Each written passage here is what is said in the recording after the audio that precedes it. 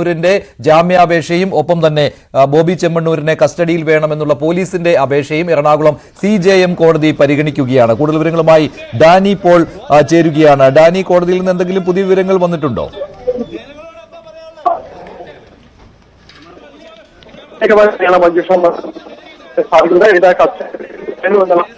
മനസ്സിലാക്കാനായിട്ട് സാധിക്കുന്നത് ഇത് കസ്റ്റഡിയിൽ വേണമെന്നുള്ള കസ്റ്റഡി അപേക്ഷ കസ്റ്റഡിയിലേക്ക് വേണമെന്ന രീതിയിൽ തന്നെയാണ് പ്രോസിക്യൂഷൻ വാദം ഉറച്ചു നിൽക്കുന്നതെന്ന് മനസ്സിലാക്കാനായിട്ട് സാധിക്കുന്നു. കേസ് പരിഗണനയിലേക്ക് എത്തുന്നു എന്ന് തന്നെയാണ് അറിയാനായിട്ട് സാധിക്കുന്നത്. കസ്റ്റഡി അപേക്ഷ സ്വാഭാവികമായും തന്നെ പ്രതിഭാഗം എതിർക്കുകയും ചെയ്യുന്നുണ്ട്. ഇതിൽ കൃത്യമായ രീതിയിൽ തന്നെ ഇതിൽ ഈ നടിയെ അപമാനിക്കുന്ന രീതിയിൽ തന്നെ ഈ കാര്യങ്ങൾ നടന്നിരിക്കുന്നു. അതുകൊണ്ട് തന്നെയും ഈ ജാമ്യം അടക്കമുള്ള കാര്യങ്ങൾ പരിഗണിക്കരുത്, കസ്റ്റഡിയിലടക്കം ഇതിൽ ചോദ്യം ചെയ്യേണ്ടതുണ്ട് എന്നൊരു വാദത്തിലേക്കാണ് കാര്യങ്ങൾ പോകുന്നതെന്നാണ് നമുക്ക് മനസ്സിലാക്കാനായിട്ട് സാധിക്കുന്നത്. എന്തായാലും കോടതി അതിൻ്റെ ഒരു നടപടികളിലേക്ക്, പ്രാഥമികമായ നടപടികളിലേക്ക് അടക്കം കടന്നിരിക്കുന്നു എന്നതാണ് അറിയാനായിട്ട് കഴിയുന്നത്.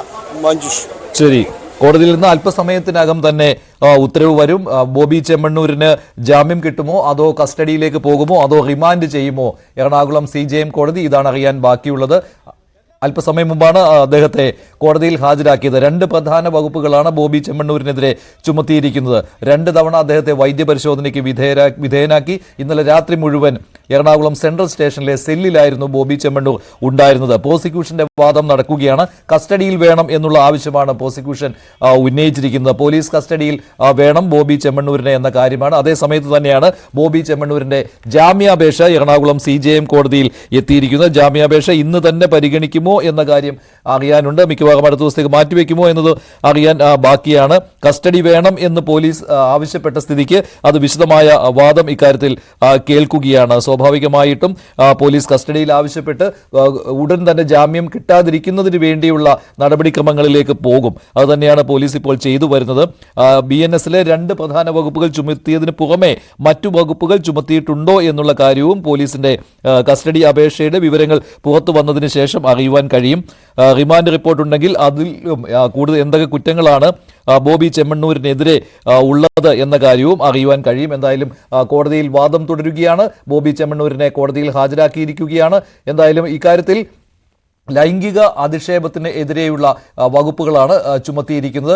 ജാമ്യം ഇല്ലാ വകുപ്പുകളാണ് എങ്കിൽ പോലും 3 വർഷം വരെ തടവ് ശിക്ഷ കിട്ടാവുന്ന വകുപ്പുകൾ ആയതിനാൽ ഒരുപക്ഷെ ജാമ്യം കിട്ടുവാനും സാധ്യതയുണ്ട്. കോടതിയുടെ വിവേചനാധികാരം ഇക്കാര്യത്തിൽ വരികയും ചെയ്യും. ജാമ്യം കിട്ടാതിരിക്കുന്നതിന് വേണ്ടിയുള്ള ശ്രമങ്ങൾ പോലീസ് നടത്തുകയും ചെയ്യുന്നുണ്ട്. കൂടുതൽ വിവരങ്ങൾ നൽകാൻ ഡാനി ഇപ്പോൾ വീണ്ടും ചേരുകയാണ്. ഡാനി, എല്ലാ തവണയും ബോബി ചെമ്മണ്ണൂരിനെ വെളിയിലിറക്കിയ സമയത്തെല്ലാം സംസാരിക്കുവാനും തയ്യാറായിട്ടുണ്ട്.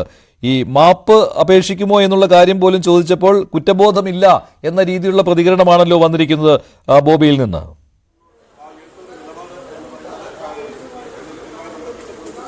മഞ്ജുഷ, ആ രീതിയിലുള്ള പ്രതികരണമാണ് പലപ്പോഴും തന്നെ ബോബി ചെമ്മണ്ണൂരിന് വന്നിരിക്കുന്നത്. ഈ കേസുമായി ബന്ധപ്പെട്ടുകൊണ്ട് പറയുമ്പോൾ പോലും അതിൽ തനിക്ക് യാതൊരുവിധ കുറ്റബോധവും ഇല്ല എന്ന രീതിയിൽ തന്നെയാണ് ഇന്നലെയും പ്രതികരിച്ചത്.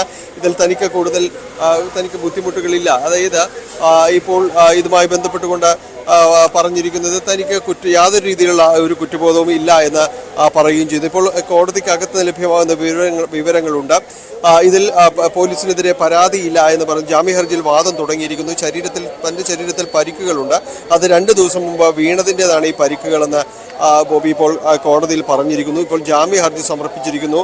ജാമ്യ ഹർജിയിൽ പരിഗണിക്കുകയാണ്. എന്തെങ്കിലും പറയുവാനുണ്ടോ എന്ന ചോദ്യത്തിന് മറുപടിയായാണ് ഇപ്പോൾ പറഞ്ഞിരിക്കുന്നത്. ശരീരത്തിൽ പരിക്കുകളുണ്ടോ എന്ന് ചോദിച്ചപ്പോൾ പരിക്കുണ്ടെന്ന് ബോബി പറഞ്ഞിരിക്കുന്നു.